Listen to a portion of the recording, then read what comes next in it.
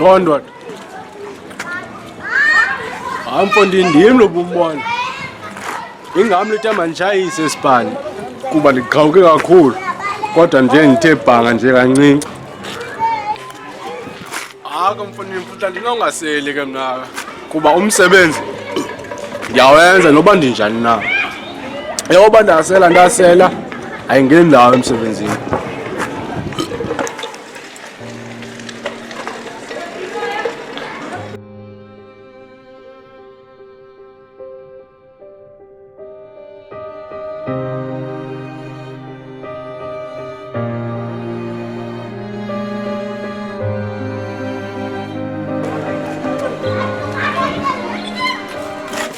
Uqalile ke mfondini, uqalile.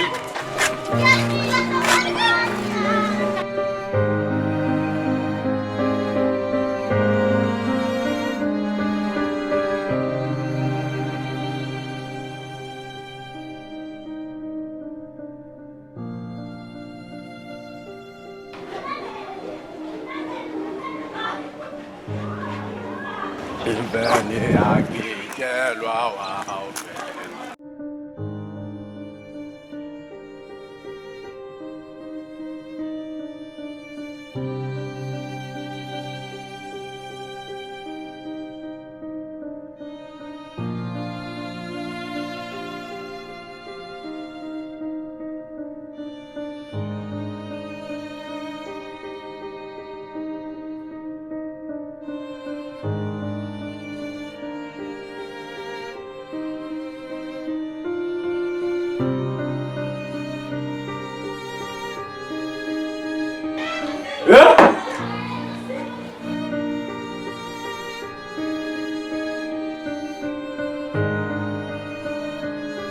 Hayi, yintoni amehlo akho agcwala inzondo?